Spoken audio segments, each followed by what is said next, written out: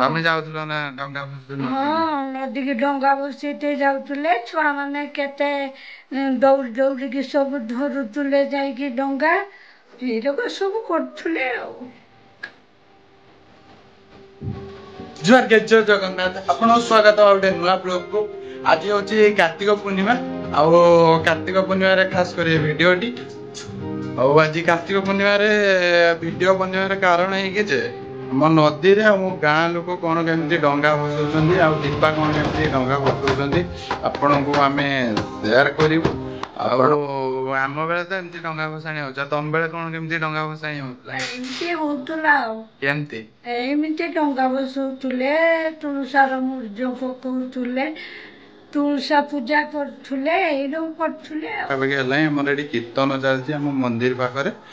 ଆଉ ମୁଁ ବି ଯିବି ମନ୍ଦିରକୁ କୀର୍ତ୍ତନ କରିବା ପାଇଁ, କିନ୍ତୁ ଦୀପା ଡଙ୍ଗା ଭସେଇ ଆସିସାରିଲା ପରେ। ହଉ ଚାଲନ୍ତୁ ଯିବା ଡଙ୍ଗା ଭସେଇତେ। ଆଉ ରାତି ପାଖାପାଖି 4:30 କି 4ଟା 4:30 ପାଖାପାଖି ହେଲାଣି।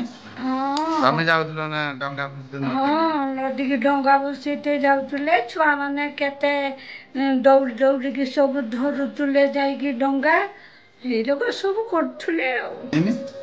ଚାଲନ୍ତୁ ଯିବା ଦେଖିବା କଣ କେମିତି ଡଙ୍ଗା ଭସେଇଲେ, କଣ କେମିତି ଏନ୍ଜୟ କଲେ ଆଉ।